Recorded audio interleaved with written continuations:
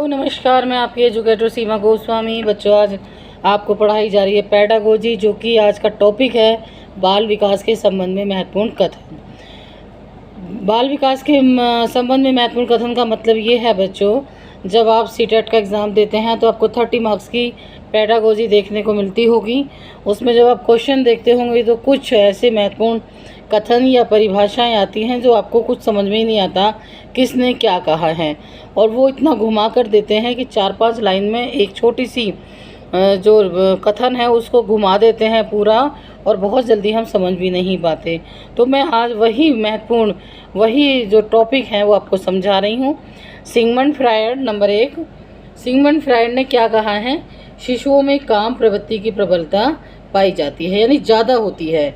ऐसे भी लिख सकते हैं कि ये किसने कहा है कि शिशुओं में काम प्रवृत्ति की जो प्रबलता है वो बहुत ज़्यादा होती है, या ज़्यादा पाई जाती है, या बहुत तीव्र पाई जाती है। अगर वर्डों को वो थोड़ा सा वो कर देंगे, थोड़ा हाईलाइट सा कर देंगे, तीव्र लिख देंगे, तो शिशुओं में काम प्रवृत्ति की प्रबलता पाई जाती है। ये सिगमंड फ्रायड ने कहा है।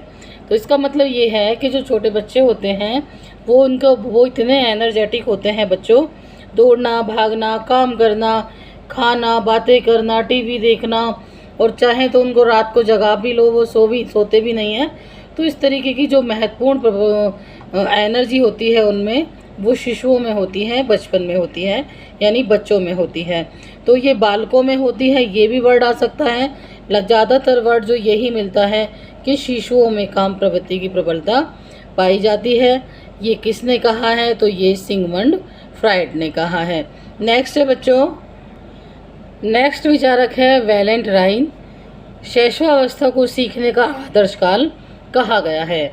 तो ये किसने कहा है? ये वैलेंटाइन है, उसने कहा है कि जो शैशवावस्था है वो सीखने का सबसे आदर्श काल होता है। तो क्वेश्चन ये आ सकता है कि आदर्श काल कौन सा होता है? खाने का होता है, खेलने का होता है, या सीखने का होता है? तो ये सीखने का आदर्श काल होता है बच्चों, शैशवावस्था, जो आपकी छोटे बच्चे होते हैं। और ये बोला भी जाता है कि जन्म से 5 वर्ष तक बच्चों में सीखने की क्षमता बहुत ज़्यादा होती है और उसका पूर्ण विकास भी हो जाता है। तो ये वैलेंटाइन ने कहा है कि आदर्श काल जो है सीखने का वो शैशवावस्था है। नेक्स्ट है बच्चों, कॉल्ब या ब्रूस, दोनों अलग अलग हैं। कॉल्ब व ब्रूस, यानी इसने क्या कहा है? बाल्यावस्था को जीवन का अनोखा काल कहा गया है। आपने देखा होगा बच्चों में बहुत कल्पनाशील बच्चे होते हैं, बहुत ही खेलने कूदने वाले बच्चे होते हैं, इसलिए इसको अनोखा काल कहा गया है। मतलब जब हम बड़े हो जाते हैं तो हम बहुत ज़्यादा एक समाज के बारे में सोचने लगते हैं, सिंसियरिटी आ जाती है, या हम अपने परिवार के बारे में, घर के बारे में सोचने लगते हैं। लेकिन जो बाल्यावस्था होती है, जो बालक होता है, वो ये शैशवावस्था के 2 क्वेश्चन थे, अब हम बाल्यावस्था में आ रहे हैं बच्चे, जो जीवन का अनोखा काल कहा गया। इसमें मतलब बहुत सारे जीवन में उतार चढ़ाव होते हैं। बच्चे कभी कुछ बनना चाहते हैं, कभी डॉक्टर बनना चाहते हैं, तो कभी क्रिकेटर बनना चाहते हैं, क्या कुछ ऐसा नया करना चाहते हैं। तो जो ये इसलिए इसको अनोखा काल कहा गया है। किसको कहा गया अनोखा काल? बाल्यावस्था को। किसने कहा है? कॉल व ब्रूस ने। दोनों अलग अलग हैं।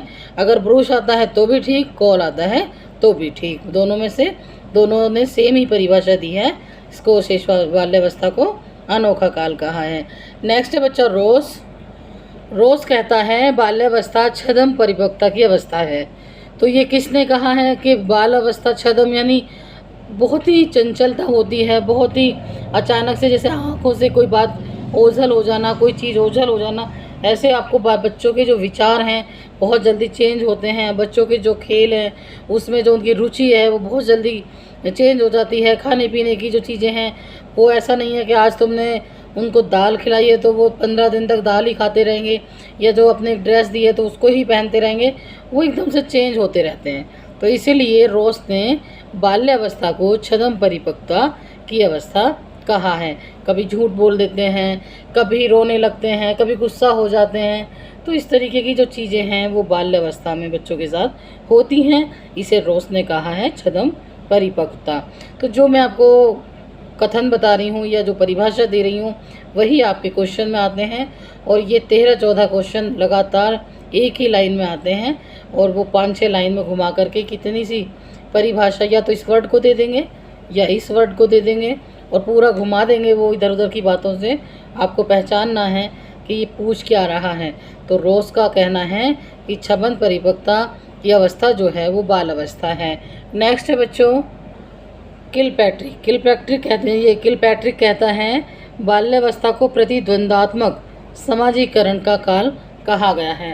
इसका मतलब होता है जो बच्चे होते हैं उनके अंदर जो बालक अवस्था होती है या टीन एज होती है उसमें इतना सारा द्वंद्व होता है। वो कभी कुछ सोचने लगते हैं, कभी बहुत कुछ बनना चाहते हैं, कभी कुछ बनना चाहते हैं, सेल्फ डिसीजन नहीं ले पाते और बहुत सारे फ्रेंड्स बनाते हैं। कोई बच्चे बहुत शांत रहते हैं, कोई बच्चों का बहुत बड़ा ग्रुप होता है।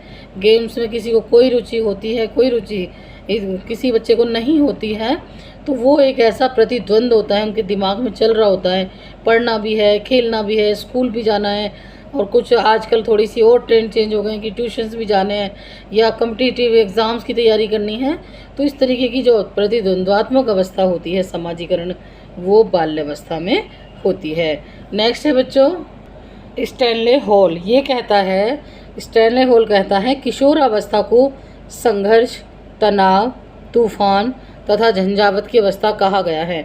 अब क्वेश्चन ये आ सकता है किस अवस्था को संघर्ष एक वर्ड आ सकता है या तनाव भी अलग से वर्ड आ सकता है या तूफान भी अलग से लिखा हुआ आ सकता है या झंझावत। तो ये जंजाल जो इस तरीके के वर्ड जो आएंगे, ज़रूरी नहीं है ये पूरे सारे वर्ड एक साथ आ जाएं और आप एकदम से आपका दिमाग क्लिक कर जाए अच्छा ये स्टैनले ने कहा है।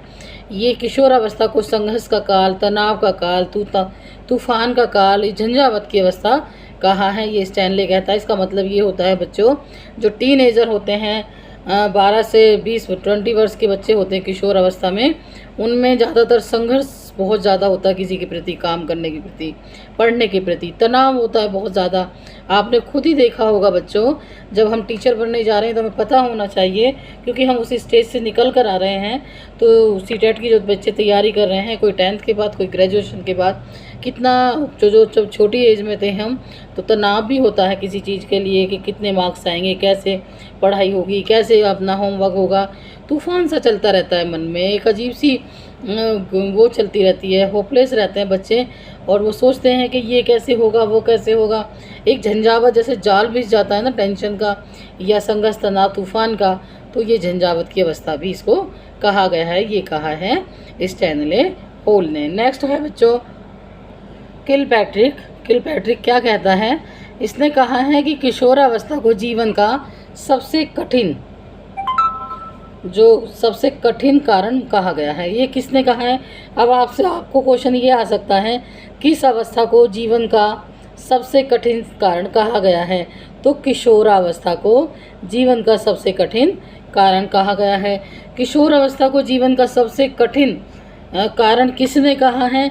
तो किलपैट्रिक ने कहा है। देखो बच्चों, एक ही छोटे से पॉइंट से 5-6 क्वेश्चन बन जाते हैं, वो घुमा फिरा कर क्वेश्चन वही आने हैं। ना ये परिभाषा चेंज होनी है और ना ही इनके विचारक जिन्होंने ये परिभाषा दी हैं। तो आपको हर एंगल से अपना क्वेश्चन बनाना है ताकि जिस भी तरीके से क्वेश्चन आए आप क्लिक कर जाएं कि किलपैट्रिक ने क्या कहा है, स्टैनले हॉल ने क्या कहा है। इस तरीके से किलपैट्रिक ने एक और परिभाषा दी है जो मैंने ऊपर बताया था आपको कि व्यवस्था जो बाल्यावस्था है वो द्वंद्वात्मक अवस्था है समाजीकरण के प्रति, और जो किशोर अवस्था के बारे में बोला है वो जीवन का सबसे कठिन कारण बताया है।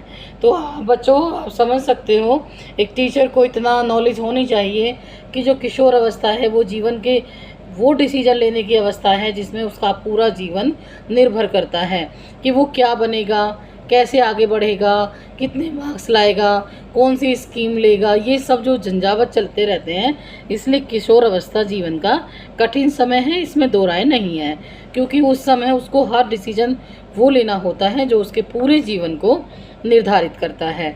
तो ये किलपैट्रिक ने कहा है। नेक्स्ट है बच्चों गुड एनएफ। गुड एनएफ क्या कहता है? गुड एनएफ कहता है व्यक्ति का जितना भी मानसिक विकास होता है उसका आधा 3 वर्ष की आयु तक हो जाता है।